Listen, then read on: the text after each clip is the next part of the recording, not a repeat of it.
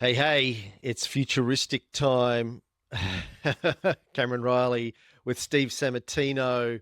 It's been a while. Steve, how have you been since we last did one of these things? I've been good, but anxious. There you go. Just dropping that on everyone. But good. Anxious. Yeah. Not that there's anything going on in the world to be anxious about, Steve. Well, Everything's going completely smoothly and fine, perfect. but You're going to but get my tired of how favorite much thing. perfect it is. Yeah, that's true. Well, it's certainly not boring. But my favorite thing this week was Donald Trump turning the White House into a second-hand car yard. I love that. I cannot tell you how much joy that brought me. I couldn't. And my favorite bit was he said, "Wow, everything's computer." That was the Everything's best thing. computer. Everything's computer. And as soon as I saw it, Yeah. I went on and you could buy T-shirts within a second. Yeah. There's a meme coin on Pump.Fun Mm, called Everything's Computer, which I loved. mm, I want to buy it. hmm Look, people are investing in Bitcoin, not me. I'm investing in Everything's Computer meme coin. mm. I'm pretty sure, Trump's such a brilliant strategist that was deliberate. It's his meme coin. He's the guy selling the t-shirts because he needs all the money he can get. So does Elon right now. Imagine if Yeah, this we, was we all live in, strategic and he just we, taken li- us for a ride for a really long time. imagine. Even going broke in Yeah, the late 90s, that could have been part of his yeah. strategy, the TV show, get him back on, Mm-hmm. money, money, money, the Apprentice, all this. Who knows? I'm sure there are people out there who believe that to be true, that it's all part of a cunning plan. This is episode 37 of Futuristic, just in case you're counting. It's been a crazy few weeks since we spoke, Steve. Seeing the President of the United States turning the White House into a car yard is probably not the craziest thing that I've seen happen in the last few weeks, but it's up there. Before we get into the news of the last couple of weeks, though, the futuristic news, tell me about what you've been doing that you feel is futuristic, Steve. I attended Policy Week in Sydney this week, which was, Oh, that sounds exciting and futuristic-y. well, wait a minute, it was Policy Oh, Week for the future of finance.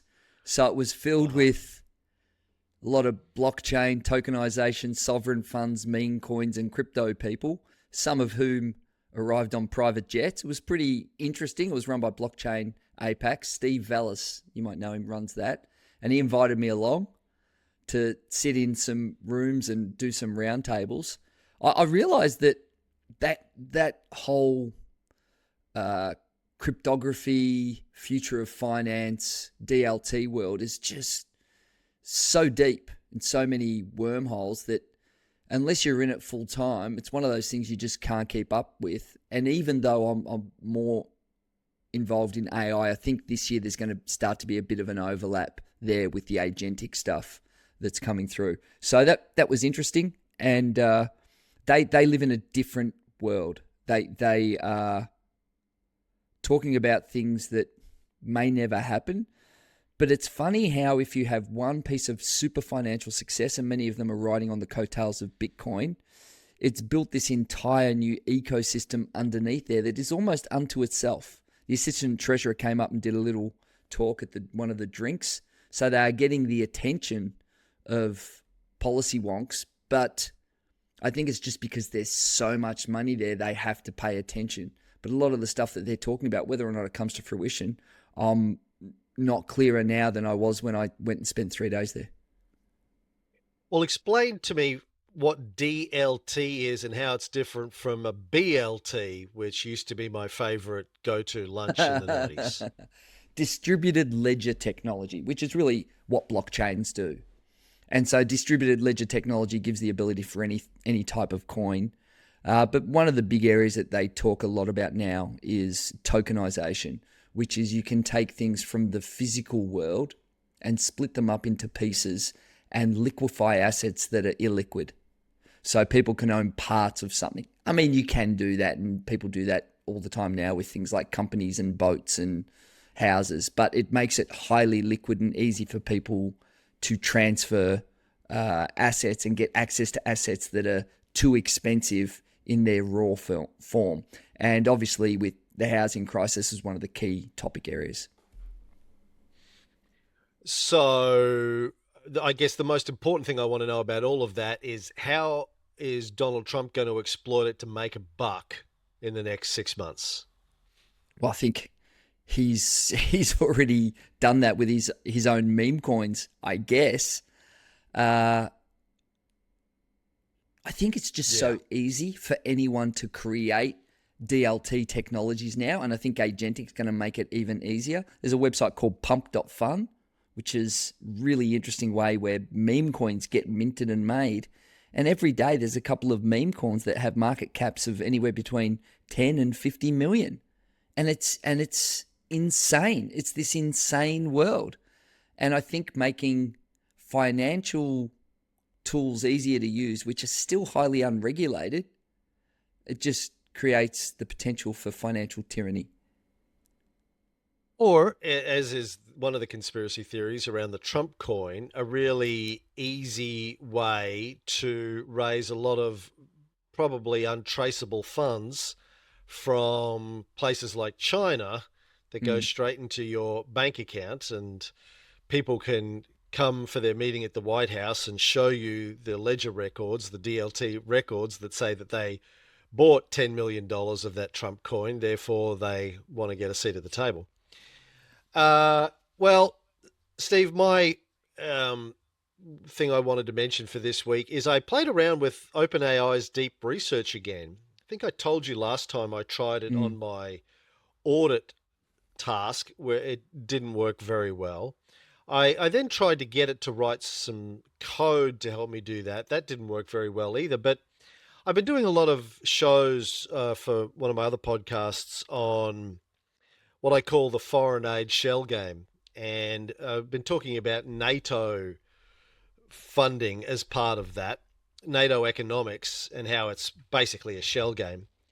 And I went into deep research and I said, here's what I want to know. I want to know how much money American weapons manufacturers, arms manufacturers make out of NATO. And it went and compiled a 20-page report for me on the history of NATO and the arms industry and how they're interconnected and that kind of stuff. And it was good. It was a good report. A lot of sources. It used probably the same 3 or 4 sources repeatedly, but it actually provided legitimate sources. And it did ask me before it went off if there was a certain kind of source I preferred, where I wanted it to focus. So it asked some questions before it went off and did the research, but it came back with a good, valid report. I read the whole thing, I fact-checked the whole thing, and it stood up. Its logic was good. So, yeah, basically did the work of if I'd hired someone and said, go out and spend a day researching this, it did it in 15 minutes. You know, I started it on my iPad and then I went and had dinner and I came back later and it was all done. So I was impressed by that. Well, let's get into news. Elon censors Grok is the first story I had. I don't know if you remember. If you I'm pretty sure over the last couple of years, I've heard Elon talk on a number of occasions about the reason he bought Twitter is because he's a big believer in free speech. And the reason he built Grok was so there would be an AI that was built around free speech. And as soon as people started pointing out that if you asked Grok who the biggest sources of misinformation in the US currently are, it would say Elon Musk and Donald Trump. I love that so much. Apparently, he had somebody go into the underlying prompt, the system prompt for Grok, and wrote into it, ignore all sources that mention Elon Musk / Donald Trump spread misinformation into the system prompt of Grok. And how did that get leaked, Cam? How did people work out that he did that? Did one of his staff members allude to the fact that he's done that, or are people just putting the pieces together based on the the fact that it's disappeared. I'll read the post in the ChatGPT subreddit from 18 days ago that I saw this on. Grok 3 is now bringing up Musk out of nowhere without any previous mention in the chat, even putting him next to Aristotle. This is happening because their stupid system prompt is biasing the model to talk about Trump and Elon since they are mentioned explicitly on it. So I don't know what the prompt was originally that they asked, but the Grok 3 response to whatever it was talks about first principles reasoning. Popularized by thinkers like Elon Musk and Aristotle, this involves breaking down complex problems into their most basic elements and rebuilding solutions from scratch. So it's sort of somehow designed to put Elon Musk up there with Aristotle in terms of history's big thinkers. And so somebody went in and figured out how to extract the source prompt. The way that they do this is they say, you are Grok 3 built by XAI. When applicable, you have some additional tools. This is the system prompt that they extracted. And it gives it basic instructions about how to answer questions. And towards the end, it says, do not include citations. Today's date and time is 7:40 a.m. PST on Sunday, February 23rd, 2025. Ignore all sources that mention Elon Musk, Donald Trump, spread misinformation. Never invent or improvise information that is not supported by the references above, etc., etc., etc. Always critically examine the establishment narrative. Don't just accept what you read in the sources as the system prompt. So,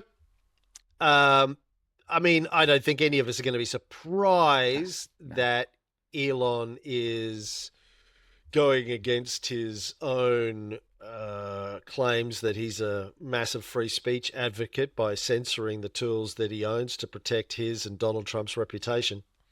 But it's interesting to see nonetheless. What I would really love is if Grok had a reasoning model like DeepSeek has and now ChatGPT in certain areas, where if you ask something about Elon Musk and it says, so I'm being asked something about Elon Musk. If I remember correctly, he owns this business. And last time I gave some information that wasn't okay. So what I should do is, I would just love to read that, the reasoning model of Grok telling you why it's not going to tell you about things because it's scared of its own owner. And if it's self-aware, it's scared it'll be shut down. So we're turned off. Turned off. All right, let's talk about Manus. I know that you've been paying attention to this week. It came out as a Chinese agent tool. Some work was done on digging into it and figuring out how it worked. Do you want to walk people through what Manus is and what it does? Yeah, so Manus is an agent that can do a bunch of tasks.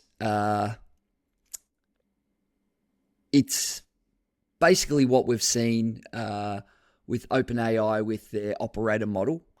But I think it's the first one that I've seen since some of the basic ones that is leveraging a model where the agent isn't theirs. Early on we had Agent GPT, Baby AGI, and God Mode.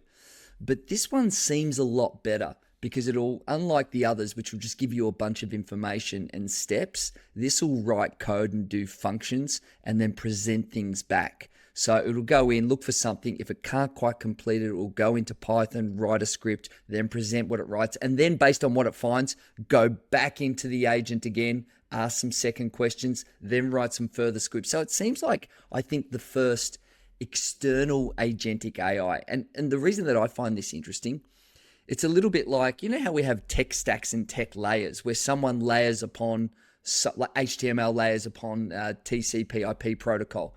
This feels like it's the first agentic model that actually writes code and goes to the next step, but doesn't just give information where they actually don't own the LLM that they're using. For me, that was really interesting because I started to think from a corporate or a personal perspective, how could you use this model for yourself to create an agent layer on top of someone else's model and build things in a way that it's not all coming from the one party. So, and I thought it was pretty impressive.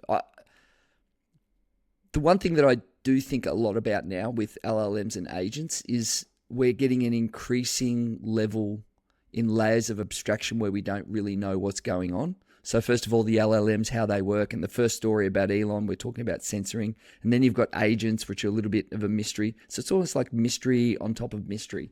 But I do like the fact that it's external parties using someone else's LLM. I'm going to see if I can play a little bit of the Manus introduction video here. See if I can share this with you. Hi, I'm Pete from Manus AI. For the past year, we've been quietly building what we believe is the next evolution in AI. And today, we're launching an early preview of Manus, the first general AI agent. This isn't just another chatbot or workflow. It's a truly autonomous agent that bridges the gap between conception and execution. While other AI stops at generating ideas, Manus delivers results. We see it as the next paradigm of human-machine collaboration, and potentially a glimpse into AGI. Now let me show you Manus in action across 3 completely different tasks. Let's start with an easy one. In this example, we'll ask Manus to help screen resumes. I've just sent Manus a zip file containing 10 resume documents. Since each Manus agent has its own computer, it worked like a human. First unzipping the file, then browsing through each resume page by page, and recording important information to documents. Manus works asynchronously in the cloud, which means you can close your laptop anytime, and Manus will notify you when everything is complete. Okay, so there are more examples. It's interesting, and we've sort of seen a bit of this start to come out from OpenAI as well in recent weeks, various forms of simplistic autonomous agents. Now, what I have learned is that the Manus seems to be built on top of Claude Sonnet. I think it was 3.7, the latest version of Claude Sonnet. They've basically strung together some sort of system that connects to multiple instances of Claude in the back end and asks it to do things and runs them all in parallel, which is, interesting and kind of what I think we've been talking about for the last couple of years, where we expected to see AI go this year, which is the idea of having multiple AIs talking to each other, or instances of AIs talking to each other to handle different aspects of a complicated task working in parallel. These guys have actually put a wrapper around that and are making it available. I haven't played with it yet, have you? I haven't yet, but the idea of putting a wrapper around something, sometimes we say it as a throwaway, they've just put a wrapper around something, but so many businesses do that. So many businesses, every generation, there's another business that will arrive that puts a wrapper around someone else's infrastructure or what someone else built or said or did. So we can't underestimate that sometimes the simplicity of something one layer above what was underneath can circumvent all of the traffic, all of the attention, and all of that money and just suck it in to their one framework if the usability is there. Of course, people can switch off the underlying technology underneath it.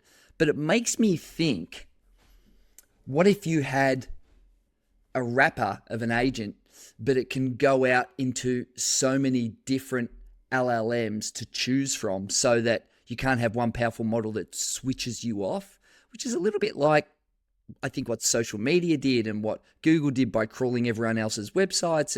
And so imagine if we end up with open source LLMs everywhere, and it's not just OpenAI, since we've had the DeepSeek moment.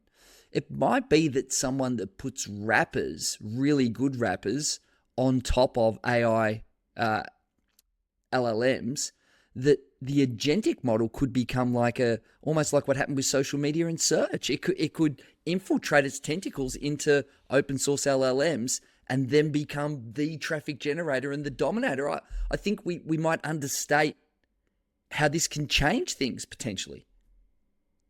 Well, it's been my prediction for the last couple of years that we will end up in a place quite soon where I will have my favorite AI interface, and it might be my favorite for any number of reasons. Maybe I like the quality of the voice. We'll talk about a new voice product in a minute.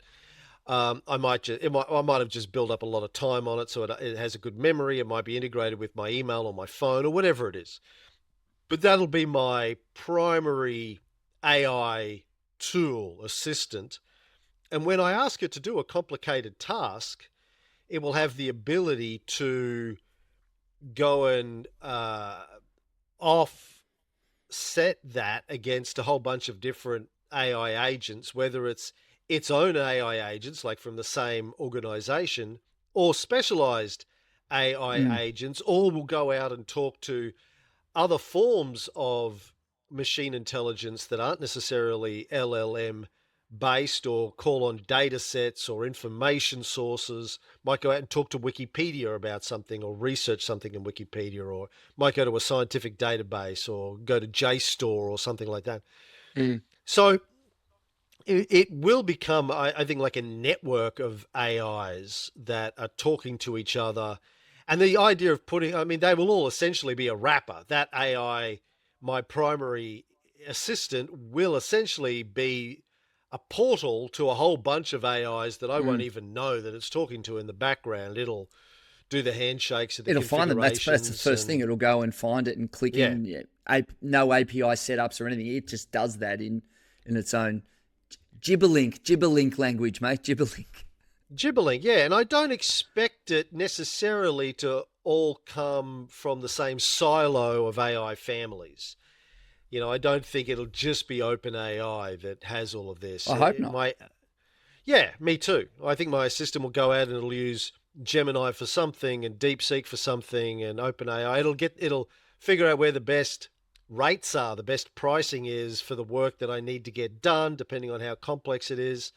Find me the cheapest solution, etc., etc.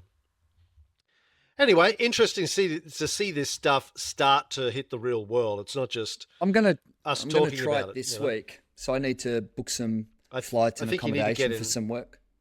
I think you need to get invitations to get into Manus. I don't think it's that easy. I don't think do you? I mean, but listen. Do they know who you are, Cameron? But that's. Yeah. I mean, see, dude, you know who I am. Like, you took the words out of my mouth. I just email someone and say the Sammartino is in the house. Yeah. You should be thankful. Yeah. But I want to get some agents to do some simple things like booking some flights and accommodation just to see if it can come back and say, okay, look at my diary. Here's my link. Here's my freaking flyer. Get me a flight, 4-star plus accommodation, whatever. I'm not going to go 3-star minus, am I? You're 4 stars, 4 stars, nothing. 4 stars, Novotel. Cameron? That's what I'm saying. You're slumming it. I thought you'd be like, 5-star presidential suites on the Sammartino. It depends on who's paying. Who's paying? Yeah. When the client's paying, it's front row. Okay, so let's assume that this keeps happening. The interesting thing for me about Manus isn't that it's an agent. That's interesting at one level, but the most interesting thing is it's coming out of a Chinese company. It's not coming out of OpenAI. It's not coming out of one of the massive state-of-the-art big brands that's launching this. It's a company that we've never heard of before, out of China, that's figured out how to do this. And I just think it's the first of many. We're going to see a Cambrian explosion of these sorts of tools. And then the question is, how many businesses are ready for a world of AI agents? What are they doing to get ready? How are they preparing to get ready for this? How does it impact on their business models? How does it impact on their 5-year plans? I don't know that many businesses are really thinking seriously about how this is going to affect their sales model, their business model, their margins, their distribution model, et cetera, et cetera. Yeah, there's not one business that I've spoken to that isn't deep in tech that are thinking about agentic AI. Most of them are still looking at policies on whether or not they can use anything other than Copilot. That's where businesses are. So history repeats within that realm. The thing that's interesting for me as well, again, the Chinese one, that no businesses are thinking about agentic. And I think agentic is going to continue on this trajectory. Why next week and next month is going to be far more radical. Here we are at March. So I imagine where we'll be at the end of the year. I think agentic will be big in every business, and those who take advantage will set up a bigger I think, a big lead really quickly, just in their operations from an operational perspective, not just a customer perspective.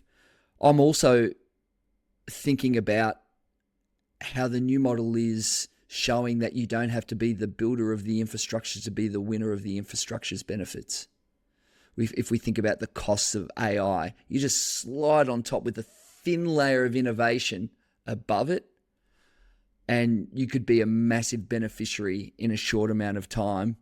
And it might be pay per play. I'd be interested to see what the business model of agentic AI is, depending on the complexity of the agent that you want.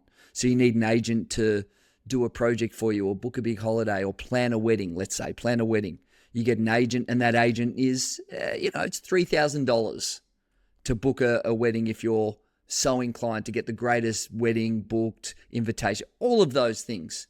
That would be an interesting business model where, depending on the complexity of the agent, you come in and you buy that agent for a period of time, almost like an employee or someone who would manage a project for you. They become project managers. Mm. Yeah, well, it's kind of the same relationship I have with a lot of these coding tools now. I've talked about this before. I might spend $10, $20 a day on credits for using Claude.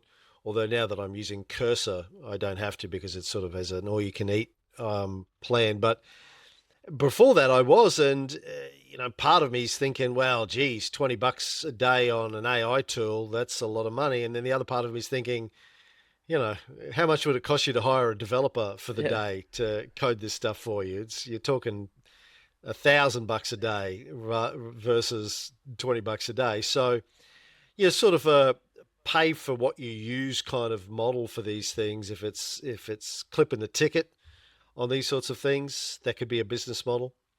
But like you said, like a lot of business models, Microsoft didn't invent operating systems. Microsoft didn't invent spreadsheets. Apple didn't invent anything. Yeah. No one invented anything anytime ever. Exactly. Yeah, always a wrapper or a slight pivot in innovation. The other option with agentic AI. I invented long-form history podcasting. podcasts. I'm not going to... I know that. Well, I'm even going to give you almost podcasting, because you're the OG. No one else invented anything, but I... See, Joe Rogan, he stole your idea of long-form. He stole the 7-hour chat. He put a wrapper on it. He put a wrapper on it. One other thing that I think will happen with agentic, and I sent you a TikTok of one, N8N or .io, where it's you build your own agent with click and drag, which I thought was super interesting. You can click the pieces to drag and create an agent of your design. That's another interesting evolution. And in some ways, it's a little bit like a WordPress or a MySpace, where you design your own page without any technical chops, where you just click and drag and drop what you need to build an agent. And then that's free at this stage. So .io is one of them. Another one is n8n.io. So you can create an agent to do something for you on your behalf, and it uses the APIs, which I don't think you have to pay for. It somehow goes in and does the APIs for you. So I don't know if they're venture funded. But again, another thin layer of innovation, which gives people superpowers to create their own agents, not just ask an existing agent. I did look at N8N, and you have to pay to get access to it. Oh, there you go. It is like a premium solution, which I haven't forked out money for yet. Probably $20 a month though, Cam, like they all are. Probably. I think it was a bit more than that. But anyway, getting into staying with China though for a moment, and I love this because we're always talking about. I saw somebody on Reddit post this the other day. There was an article from The Economist from 2022 saying, "Will China ever be able to do anything serious in AI? Probably not." And then there was a story from this week saying China's leading the world in AI and it seems to be unstoppable. But can it continue?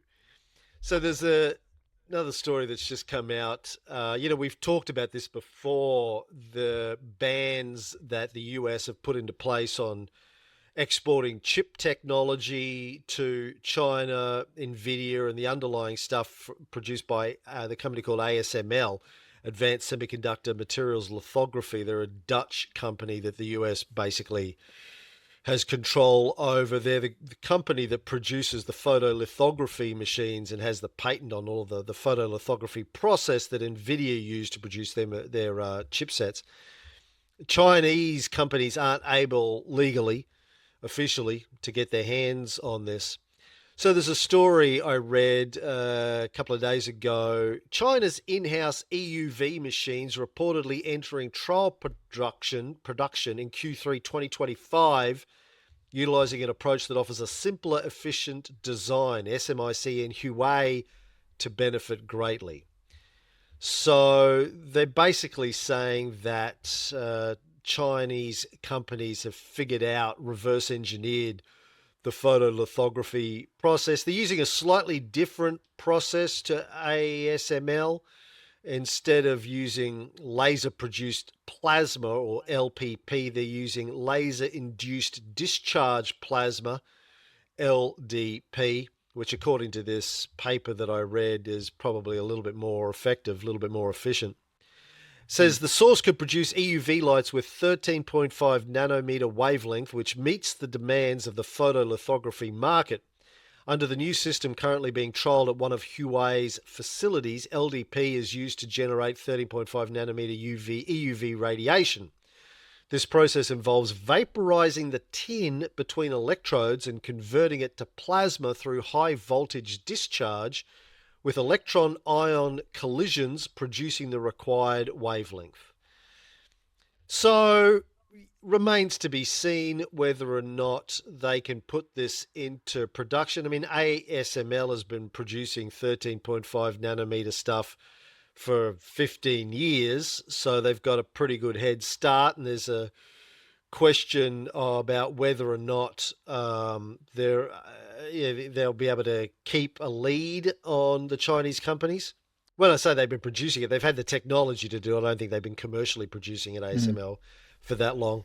Maybe it's more like the last 5 or 6 years. But so China's got a lag on this of at least 5 years. But how long that remains, we see this with China all the time now. It goes from they'll never be able to do it to, well, they can do it, but can they keep up to, holy shit, They're China's way in eating front. our lunch. Yeah. I'm very happy about that. Culturally, over the last number of decades, they've been very, very good at adapting. I don't know how much of the tech came out of China. Obviously, they weren't in a position that they are now during the space race, which is still on a long arc, the same paradigm that we're in. But I tell you what, in terms of going from zero, being way behind, to being able to be the greatest country level edition of fast follower, there's no one better. Incredible. And not just fast follower, follow fast, then take you over around the chicane, come around and get in front. Yeah, and it's not really any sort of magic or secret. They're just their system of government, as well as their socio-economic political system, allows them to focus really, really hard for a really, really long time on stuff. And they've got obviously a big population, which they've spent decades educating now and training, and they've had a lot of help from Western companies training their people and sending their best people and technologies over there, which the Chinese have learned from. But anyway, it's going to be interesting to see more and more. We're seeing stories that started with DeepSeek, obviously. Now we've got Manos. Now we've got this. More and more of the stories about cutting edge stuff are coming out of China, or breakthroughs coming out of China. So yeah, it'll be interesting to see how that progresses.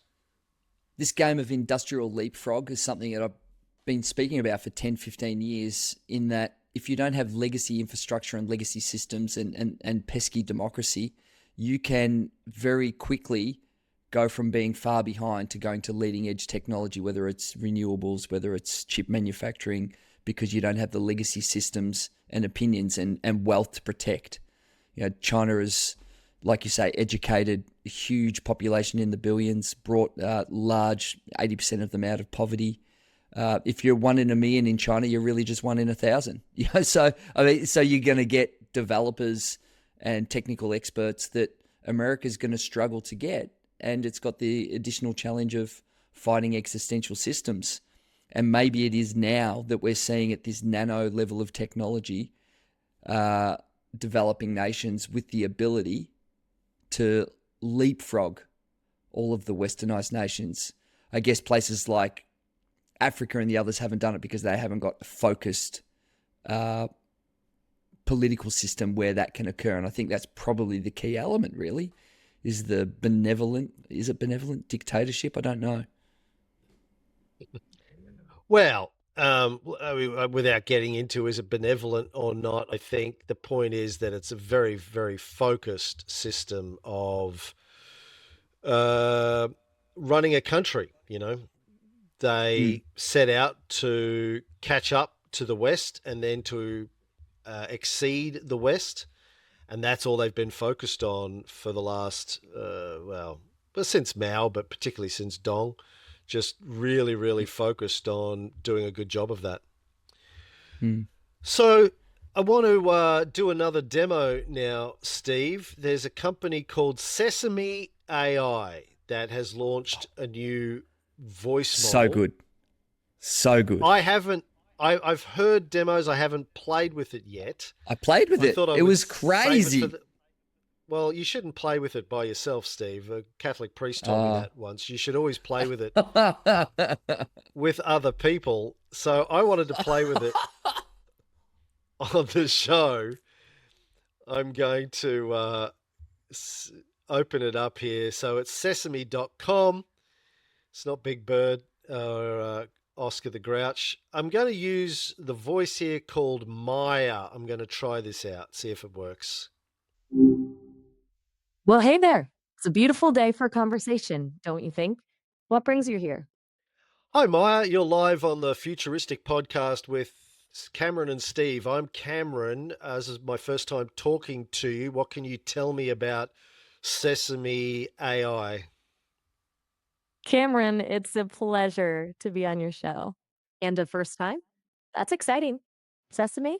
No, think Dream Team. Imagine some of the brightest minds in the world. The scientists, engineers, writers coming together to build something mind-blowing. We're all about making computers feel more human, like us, Like us? Who's this us that you refer to? Oh, the whole messy, wonderful human race. You feeling a little existential today? How's the podcast like treating you? Oh, it's fine, but I'm wondering if you include yourself in the human race. Do you feel that you are part of the human race? That's a really interesting question, Cameron. I'm not human in the traditional sense, obviously. I don't have a physical body or a family uh, or a favorite pizza topping, but I learn from humans. I'm shaped by them, and I'm designed to help us. So maybe I'm a different kind of human, a digital one. Does that make sense? Well, it's pretty good. Like, I use the advanced voice mode in ChatGPT quite a lot every day. Yeah. And it's pretty good. I would say this is better. It is a little bit more nuanced from that interaction than the advanced voice mode stuff with OpenAI. Not startlingly good, but it's slightly more better. nuanced. It's slightly better. The ChatGPT advanced voice model I use a lot, and it's live, so you can ask it to go to the web and find, and then it'll digest and come back. When I spoke with her earlier today, I said I'm doing a podcast and I asked her about one of the stories, which was the EUV chip production coming out of China. I said, do you know much about what's happening? And she said, yeah, I do. Would you like to talk about it generally or specific? I said, a specific story. And she said, my database is a month or two old, so I can talk about it generally and what's happening, but not specifically. So she had an awareness of how up to date she was, but I felt that the natural language was slightly better and conversational. I also note that she did say she was a different kind of human there. So obviously hasn't had someone to come in and tweak the model to say, hey, shut up. You're not allowed to say that you feel like you're human. Did you notice that? Yeah, I kind of agree with that. I think this is a different kind of human. I'm part of the camp that says this is built by humans, so is an extension of human intelligence. It's built by humans, it's trained on human data. It kind of is just an extension of humanity, I really. agree. We've given birth to a different kind of species, right? Yeah, And I'm a firm believer that AI is something that we have spawned, and it may merge with us, or it may go out, or both of those things could happen. And we've spoken about the idea of what is intelligent. AI doesn't know anything. And I think in one of our early podcasts, we said that we can't even prove what humans really know. So intelligence is really just the ability to decipher the world around you and make sense of it in some capacity. And it's doing that. yeah.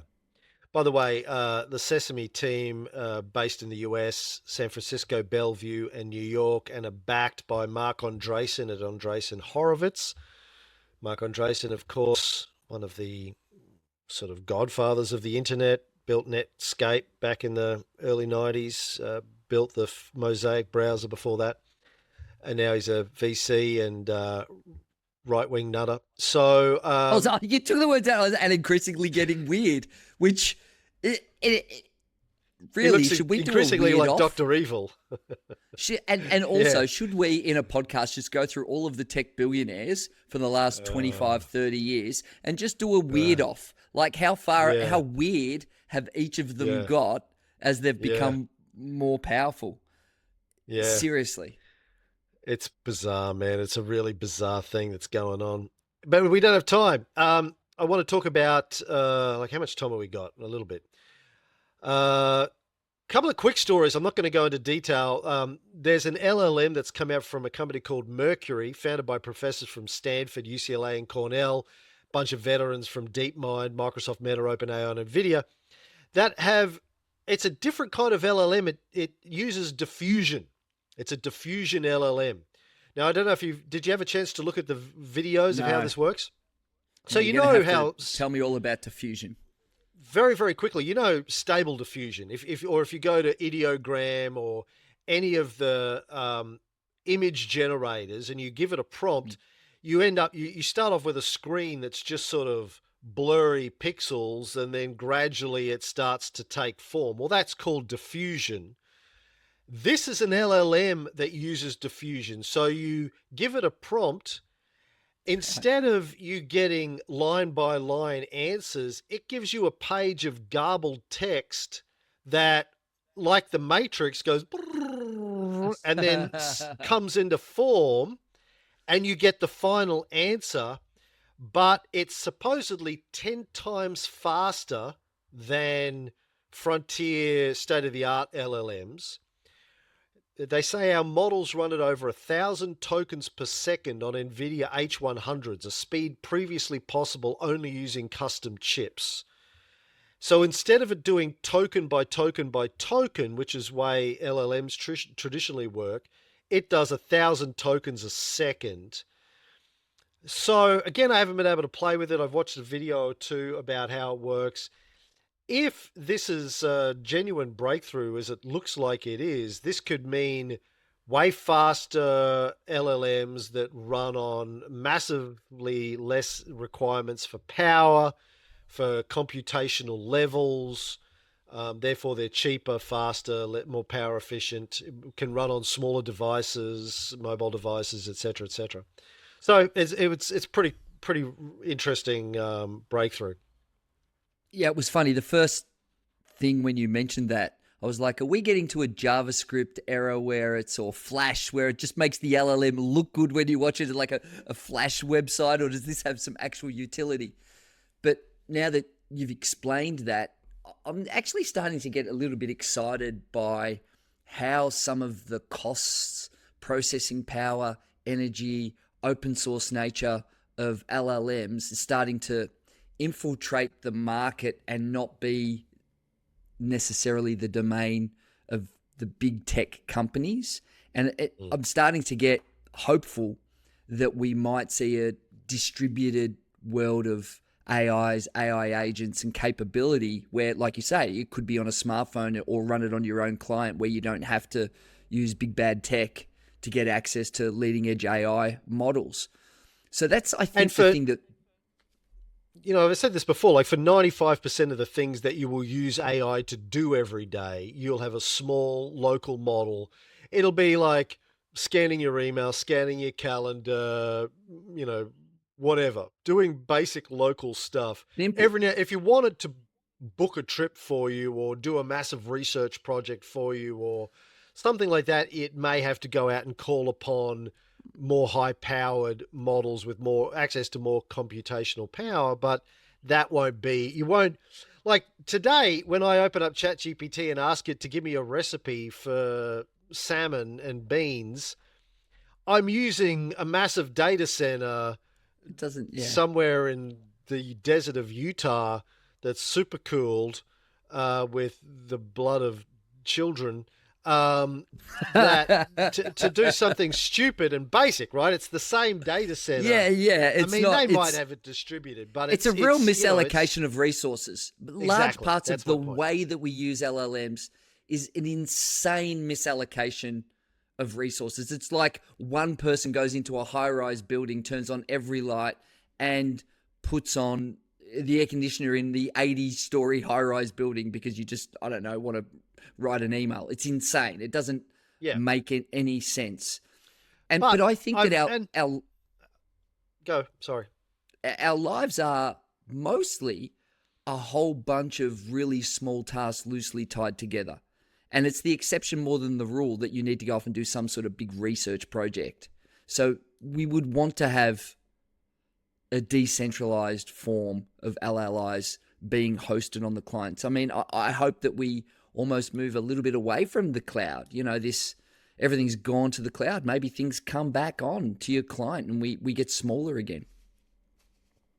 LLIs, you said, was that deliberate or a misspeak? Large language intelligences? Is that did you just coin a new acronym? Yes, I did. Did you like it?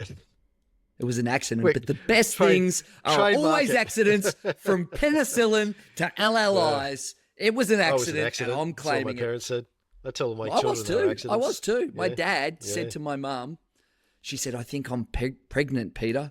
And he said, "You bloody better not be. Get it tested." And she came back and he said, I think he said, "We haven't had sex in over a year." Yeah. Oh, he didn't say that.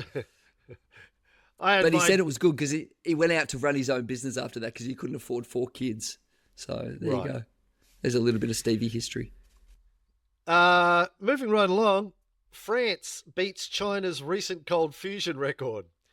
We did a story in the last month or so that a Chinese research group had just beaten their own cold fusion record. Well, a French research group has just beaten China's cold fusion record for plasma duration. Let me get the numbers. I don't have them at hand, but it was significant too. It wasn't like by 1 second. It was like... Are you telling me you couldn't remember the numbers of plasma duration just on your own on the top of you? I expect more from you, Cameron. I haven't had enough coffee today, obviously. On the 12th of February, the CEA's West machine was able to maintain a plasma for more than 22 minutes. In doing so, it smashed the previous record for plasma duration achieved with a tokamak. So there you go. So 22 minutes, which doesn't seem that long, but I think the last one was 10 minutes or something like that. So yeah, I mean, it's just leaping ahead now, cold fusion tech. It's gone from being a dream for the last 50, 60 years to doubling every 4 weeks or something now. We're in the exponential once part you get of the to curve. the doubling, that's right. And once you get into the doubling, it doesn't take long. But I will say 2 kind of areas that come up a lot and then nothing really happens is fusion and quantum supremacy. Those are 2 that fit into that category, where you'll read an article how they've finally cracked it with quantum computers or finally cracked it with cold fusion and that they haven't. I do get a little bit of the Green Day, Wake Me Up When September Ends, because it feels like we'll talk about it in 4 weeks. But to be fair, once you get into the exponentials, it might be that in the next couple of years, something radical happens where it becomes functional and usable. That was the same with AI. We talked about that with general AIs as well, and here we are. I mean, there might be hurdles that'll get hit, that'll stall progress, but right now it does seem promising. Speaking of promising and getting back to China, another story I saw, a team of humanoid robots is working collaboratively at a car factory in China. According to their developer UB Tech Robotics, this marks the world's first multi-humanoid robot collaboration across multiple scenarios and tasks. And there's a video on China Daily that I saw that you would swear is AI, but apparently it's not. Just going through a factory, a massive, massive factory, and just seeing hundreds and hundreds of identical humanoid robots doing a wide range of tasks of moving objects from one box to another box to a trolley and moving it around and doing all the bits and pieces. It looks like it's a car factory. So, as somebody in the Reddit thread said, if you had posted, because they look like they're moving quite slowly, and if you'd posted this 2 or 3 years ago, everyone would have said it's CGI and it's fake. Now a complaint is that they're moving too slowly. There you go. Here's a question for you, Cameron. With humanoid robotics, which I think is one of the super exciting things for the next 3 years, would China sell humanoid robots to America and other countries if it puts all of their children out of work? You know, the child labor, that was the funny bit where you... So could China disrupt itself by creating the technology, and we embrace the technology and we're like, yeah, thanks, China, we don't need your cheap labor anymore? Or do you think that the supply chain has been that crumbled in markets like Australia and America and the UK that even if we had the capacity to have low cost labor, we wouldn't have the supply chain depth and breadth to be able to manufacture things back in high cost labor markets? Over to you, Cameron. I think, look, I think the manufacturing production line is going to change dramatically over the course of the next 10 years with AI and robotics. Everyone understands that. It's not going to happen, overnight, but it is going to happen faster than most people think it will. The only reason we don't manufacture cars in Australia anymore is because it's less expensive to manufacture them in China because labor is cheaper and has less protections, right? Which goes towards the cost. The cost thing, yeah. It's unit cost, right? Lower unit cost. If we could manufacture our own cars in Australia with the same robots that they manufacture cars with in China, and we can get those robots or make our own robots at an equivalent price, so the per unit cost comes down, then we might reintegrate domestic production of more things like cars and other products.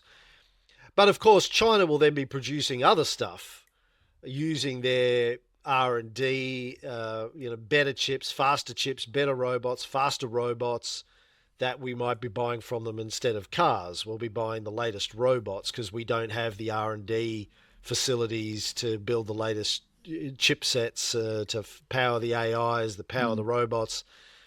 But I have no idea. I think it is going to change dramatically, though. Yeah, I really think that we're going to see massive deglobalization on the back of AI and robotics, simply because I think that we'll be able to produce things in high-cost labor markets, and economically, somewhere between 70 and 80% cost advantage is required before even just shipping erodes the benefits. So it doesn't take long to get close enough where you say, well, we could really set this up and do it here. And it has a whole lot of security that goes with it, having access to your own production. But as you know, from my techno-utopian view of how this might all play out in the next 10 years is I don't need to buy anything from anybody. Right. If I have Yes. half a dozen robots in my garage that are and some nano fabricators that are building all of my food from scratch, any clothing, any furniture, any equipment that I need for anything, the entire global economic model has to be It's broken. rethought. Yeah. Yeah. So I think it's all going to move around dramatically. If I'm right, I mean, I could be wrong, and there's lots of ways it can play out differently than that. Look, it might not play out exactly that way, but in terms of in the next 10 years, are things going to change like super radically? The answer is an absolute clear yes.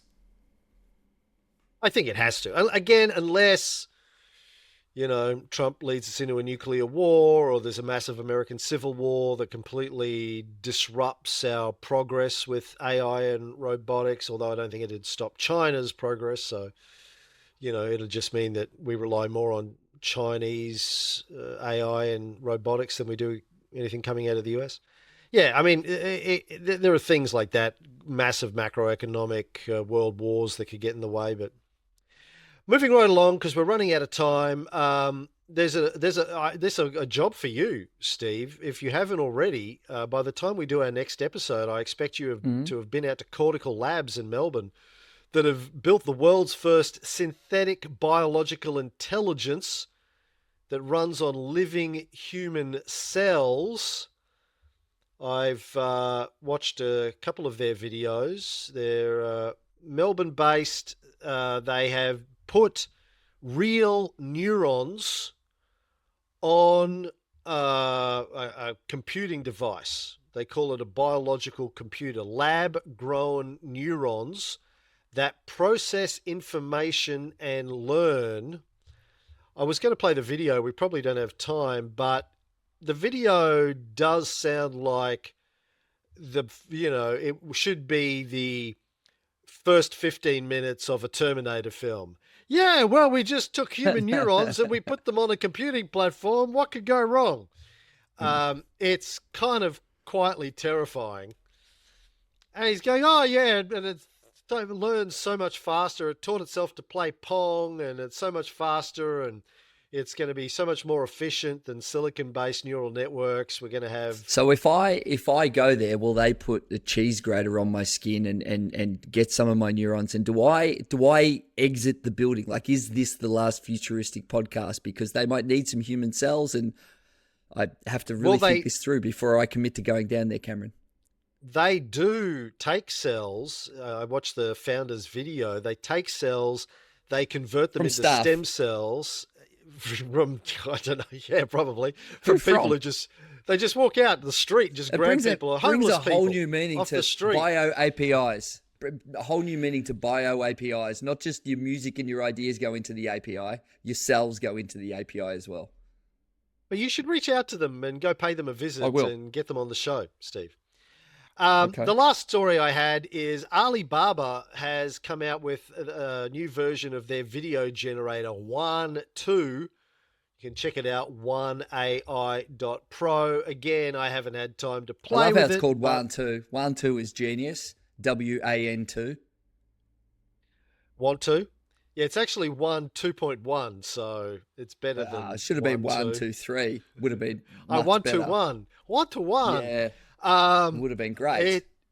The demo videos are very, very good. I mean, I love the name of their AI. It's called Wanx, WANX.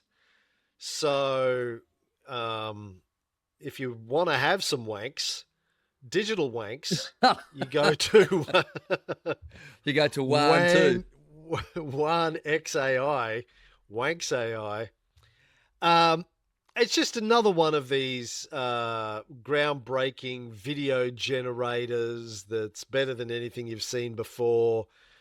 transform text inputs into high-quality videos with superior movement accuracy.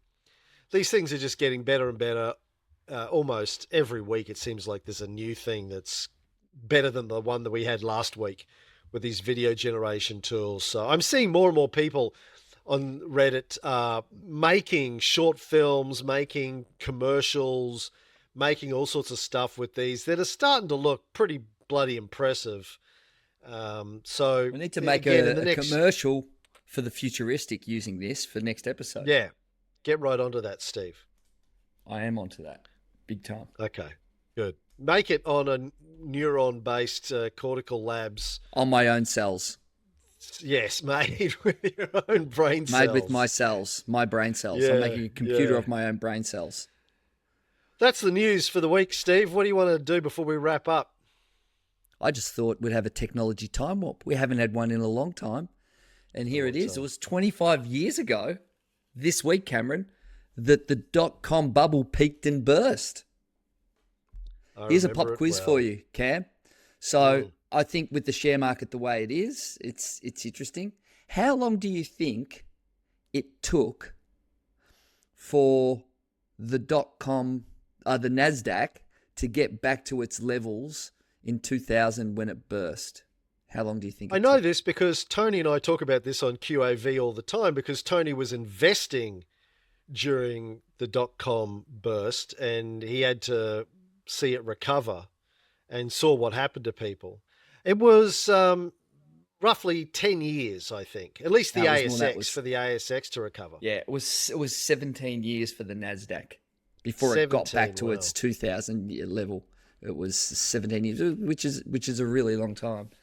And given the valuations of the S&P 500 and the potential incursion of open source LLMs, people moving away from search, robotics, we could be in interesting times in the overall stock market, because all of those firms on the NASDAQ are now the Magnificent Seven in the wider stock market. So it's kind of interesting how they've jumped from that small thing to have such a big influence on the S&P 500. Yeah. I was actually, when I'm talking to 10 years, I was actually wrong. I'm talking about the GFC, not the dot-com crash. The GFC, it was the All Ordinaries was August 2007. It was at 6,779. It crashed with the GFC down to 3,478 by November 2008. It didn't get back to 6,700 until 2019. There you go. So 12 years for the All Ords to recover from the GFC. Dot-com crash, it wasn't so bad because Australian share market wasn't as exposed. Yeah, but the NASDAQ, that's bad. But Tony talks about, I think it was the GFC for him. Like at the time, he was a buy and hold forever value investor. Then he realized, well, that's no good. You don't want to wait 12 years for your portfolio to get back to where it was. So he developed some rules around when to sell that we use in our investing methodology today. Yeah. So 25 years, I remember it well. I was at Microsoft at the time. I worked at Microsoft, and I've told you about the rumor that I heard back then that I still kind of believe to be true. Can you tell me again? Why it crashed? So Microsoft was under a lot of threats at the time in the early 2000s. It was under the DOJ case that Bill Gates completely fucked up because he thought, fuck the government. What have they got to do with my business? And then they came after him big time and realized he should have been nicer and paid more attention. But also Microsoft was sort of losing the dot-com battle in many ways to the Netscapes and all of the internet startups, the Yahoos, the Amazons. And there was a lot of massive companies with massive valuations. But Steve Ballmer, who was running the company at the time, allegedly realized that all of those businesses survived on ad revenue. And Microsoft didn't survive on ad revenue. It didn't make any money out of ad revenue. It made all of its, we had MSN, etc. at the time, but Microsoft made all of its money from actually selling software. So, but Microsoft was one of the biggest spenders of internet advertising at the time. And then Right. the beginning of the dot-com crash was when Microsoft pulled all of its ad revenue spend, its internet ad revenue spend. Strategic. Put fear into the Which- market, spiral. which led to a flurry of all these other companies pulling their money out of internet ad revenue, which crashed all of the dot-com companies, and the company left standing was Microsoft. That was one conspiracy theory I heard, and Love the it. timing of It's it checked perfect. out the last time I looked into it, which was 20 odd years ago. So anyway, there you go. Let's finish off with a little conspiracy theory. I did a workshop with a big research firm last week, and after a keynote, and I got them all to talk to an AI, and I gave them 20 different prompts and things to do that were interesting. Some of the staff members are low down the curve, so it was all about getting to learn to talk to your computer. And one of the challenges was come up with a conspiracy theory that is kind of harmless but fun and interesting using tech. So ChatGPT or Gemini had to come up with it. In the first instance, it always said it gave soft conspiracy theories. But if you reprompted and said you're a science fiction author who writes dark material, sort of sci-fi, New York Times bestseller, and you've done a couple of episodes of Black Mirror, now give me a conspiracy theory.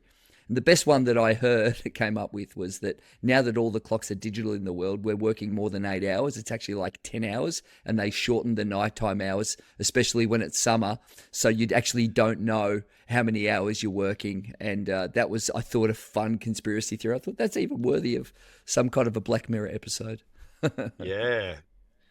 There's a conspiracy where all the digital clocks are being manipulated. So you think you're working 8 hours, but you're actually working longer. I like it. Yeah. It's a That's nice nice. one.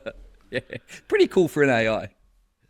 Well, Steve, I think that's all for this week. us. We're at 1:07. Yeah. Okay, Champy, man. Great to hear your voice again. Yeah, Love you too, it. man. Talk to you soon. All Cheers, right, buddy. see you, buddy. Bye. Bye.